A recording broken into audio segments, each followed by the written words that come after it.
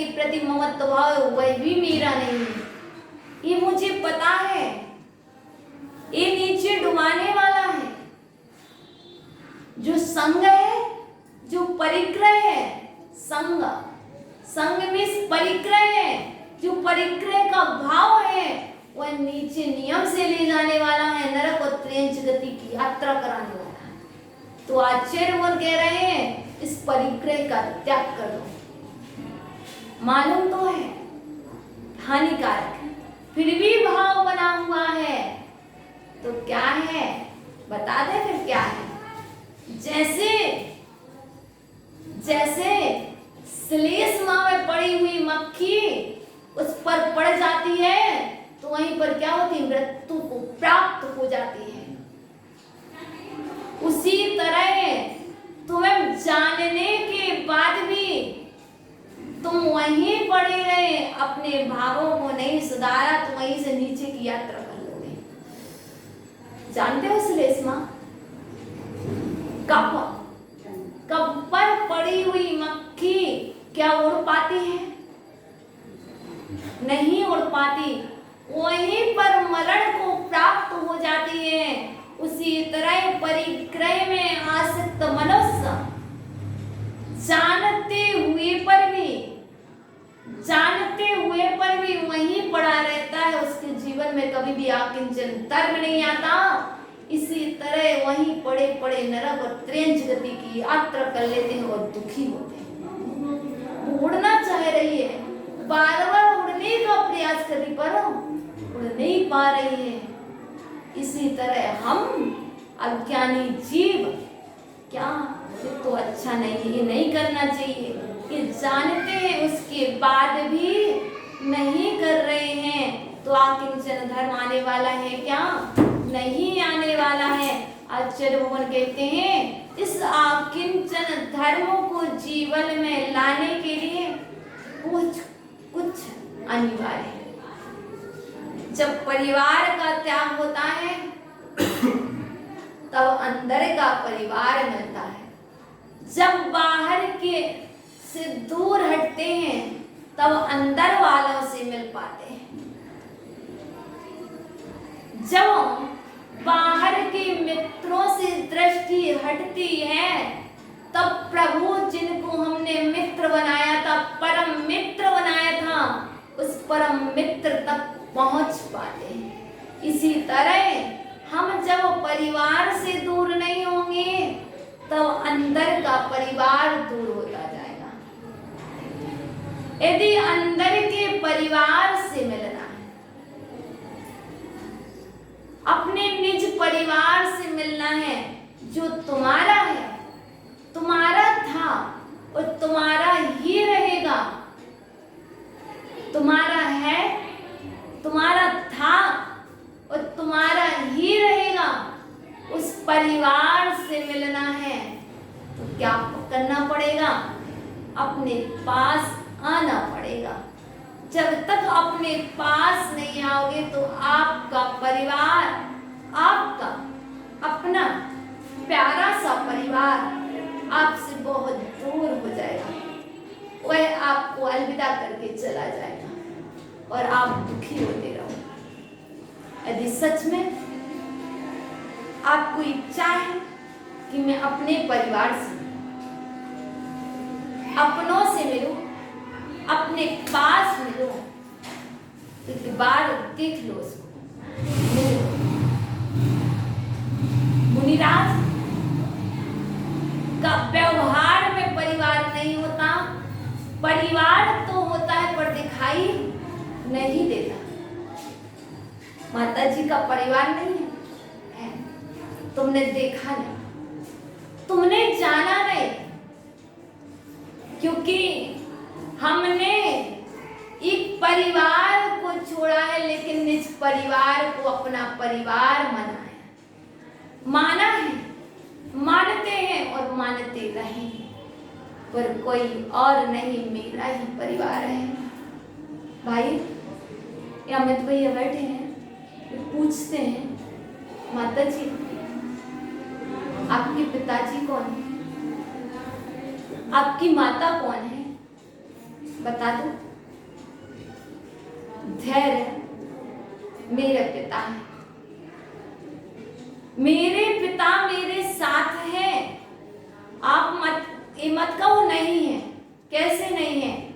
जितने लोगों ने अपने परिवार को अपना माना है, अपने पास में खोज की है, उनके पिताजी उनसे दूर नहीं है, उनके पास है। तुम्हारा पिता कोई और नहीं, तुम्हारा पिता धैर्य है। धैर्य मेरे पिताजी हैं जो मेरे पास है। एक मेरी माँ है, उस माँ का नाम जानना चाहोगे? पहचान करना चाहोगे? क्षमा मेरी माता है, धैर्य मेरा पिता है और क्षमा मेरी माता है। वह मेरी माता मेरे पास 24 घंटे रहती है। आप तो अपनी माँ से दूर हो जाते हैं, आप अपने पिता से दूर हो जाते हैं, लेकिन ना तो हम माँ से दूर होते हैं, ना हम पिता से दूर होते हैं। दुनिया की कोई शक्ति नहीं जो हमें अपने माता पिता से दूर कर दे। वह शक्ति किसी में नहीं है जिसने अपने परिवार को अपने में खोज लिया, उसके परिवार को कोई दूर नहीं कर सकता। जिसने बाहर में परिवार बसाया है, दूसरों को परिवार बनाया है, वह तो धोखा दे सकता है, वह तो छोड़ करके जा सकता है, लेकिन जिसने अंदर में ही परिवार को खोज लिया, वह परिवार अब से कभी दूर नहीं होगा। तो मेरे पिता का नाम क्या है? धैर्य। मेरी माँ का नाम क्या है? क्षमा। मेरी माँ मेरे साथ 24 घंटे रहती है, मेरे पिता मेरे साथ 24 घंटे रहते हैं। एक मेरा प्यारा सा एक बहुत क्यूट सा भाई है भैया, एक मेरा प्यारा सा भाई है, उसको कभी गुस्सा नहीं आता, बहुत प्यारा है। उस भाई का नाम है सप्तम। मेरा एक भाई है, उस भाई का नाम है सत्य। उसे कभी गुस्सा नहीं आता, उसे कभी मान माया लोभ नहीं सताता, वो कभी हिंसा भी नहीं करता, वो झूठ भी नहीं बोलता, चोरी भी नहीं करता, कुशील परिग्रह इत्यादि 5 पापों से हमेशा दूर रहता है, चारों कसाई से दूर रहता है। वो मेरे साथ हमेशा रहता है और हमेशा हमारी रक्षा करता है। उसे राखी भी नहीं बांधते, उसे राखी भी नहीं बांधते, लेकिन फिर भी वो मेरी रक्षा करता है। इतना अच्छा है वो भाई। वो भाई कितना भी दान दो, कितने भी पैसे दो, लेकिन वो नहीं मिलेगा। वह भाई दुनिया में और कोई नहीं है, वही एक ही है, वो एक ही बना है, वह और कोई नहीं। वह मेरा सत्य महाव्रत मेरा भाई है। तो सत्य को मैंने भाई बनाया है, जो मेरे पास आज है, कल था और सदा रहेगा। ऐसा मेरा भाई है। और मेरी एक प्यारी सी बहन है, बहुत प्यारी है, वो कभी धोखा नहीं देती, वह कभी धोखा नहीं देती और धोखे में भी नहीं रखती। कौन है बताओ? आपको पता है? नहीं। मेरी एक बहन है, बहन का नाम संयम नहीं होता है, दया, जो मुझे पल पल याद दिलाती रहती है। जो दया है, वह दया रूपी बहन मुझे पल पल याद दिलाती रहती है। दया याद दिलाती है, दया याद दिलाती है क्या करना है, क्या नहीं करना। यदि दया रहेगी और दया याद दिलाती रहेगी तो आकंचन धर्म जीवन में बना रहेगा। जब तक दया नहीं होगी, दया रूपी बहन नहीं होगी, तो याद दिलाने का काम कौन करेगा? क्योंकि दया का ही उल्टा याद होता है। दिलाती है, वो याद दिलाती है कि यह करने योग्य है, यह न करने योग्य है, यह सेव्य है, यह अनुसेव्य है। ये सभी दया का कार्य है। वो दया याद दिलाती रहती है तो हम आकिंचन धर्म का पालन करते रहते। दया कहती रहती है इन सबसे दूर रहो, अपने को देखो। और यदि दया याद ना दिलाए तो हम व्यवहार में सब कुछ भूल जाते हैं। इसके बाद आपकी सैया क्या, आपका परिवार तो इतना ही तो होता है। एक परिवार, माता पिता भाई बहन, और तो कुछ होता नहीं परिवार में, नहीं होता। हाँ, एक मुनिराज से किसी ने पूछा,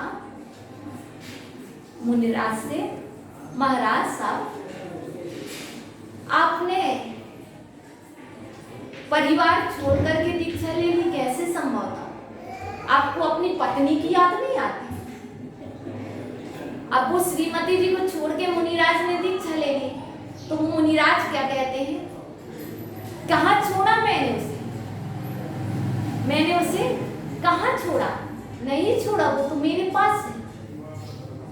अरे इतने में बोलने लगे कोई, प्रियल कहने लगी, अरे महाराज जी आपने अपनी पत्नी को नहीं छोड़ा तो दीक्षा कैसे ले ली? छोड़ के तो आए, झूठ बोलते। लेकिन वो कहते नहीं, मेरी शांति रूपी पत्नी मेरे साथ है। मैंने शांति रूपी पत्नी का सहारा लिया है जो मेरे साथ सदा है। बाहर में जो छोड़ने योग्य थी मैं नहीं छोड़ता तो वो छोड़ देती, लेकिन मैंने अपनी पत्नी को निज में पा लिया है, इसलिए मुझे अब कष्ट नहीं होता। और मैंने जब शांति को अपनाया तो मैंने आकिंचन स्वरूप को भी पा लिया। आपको सर्दी नहीं लगती? लगती है महाराज, आप हमेशा ऐसे रहते हैं, आपको सर्दी नहीं लगती? आपको गर्मी नहीं लगती? आपको मच्छर नहीं काटते? आप निर्वस्त्र रहते हैं? तो मुनिराज कहने लगे, नहीं, मेरे तो 10 दिशाएं जो है वही वस्त्र हैं। मैंने दिशाओं के वस्त्रों को ओढ़ लिया है तो मुझे अब सर्दी ना मच्छर का भय सताता। आप कौन सा भोजन करते हैं? आपको कौन सा भोजन पसंद है? पूछते हैं लोग, बताओ माता जी आपको क्या पसंद है, कौन सा भोजन पसंद है? बता दो, बता दो। मुझे ज्ञानारूपी अमृत पसंद है, जिसको हम दिन रात पीना चाहते हैं। भोजन से हमें संतुष्टि नहीं मिलती है, भोजन हमें पुष्ट नहीं करता है, संतुष्ट नहीं करता है। मात्र ज्ञानामृत रूपी भोजन ही है जो हमें संतुष्ट करता है और जो हमें पुष्ट करता है। हम भोजन में जीवन व्यतीत नहीं करना चाहते हैं, हम तो भजन में जीवन व्यतीत करना चाहते हैं, इसलिए हमारी पसंद ज्ञानामृत है। यदि आप ज्ञानामृत का भोजन करा सको तो मैं पसंद कराइए। इतना सा हमारा प्यारा सा एक परिवार है, जिस परिवार के साथ हम सदा रहते हैं, जो इस परिवार के साथ रहता है, जो इस परिवार से कभी दूर नहीं होता है,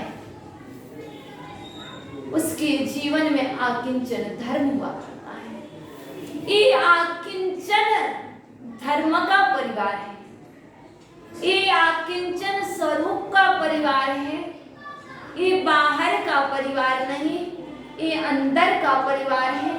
इस परिवार को अंदर में भी धारण किए रहोगे तो हानि नहीं होगी। ये परिवार आपको ऊर्ध्वलोक की यात्रा कराएगा, स्वर्ग लोक की यात्रा कराएगा और आपको ऊर्ध्व गति की ओर गमन कराएगा। इसलिए इस परिवार के साथ सदा रहो। आपको सोने के लिए क्या दे दें?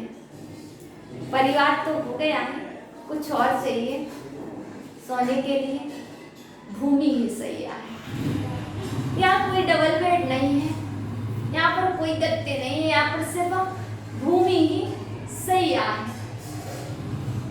भूमि को ही सैया बना लिया है।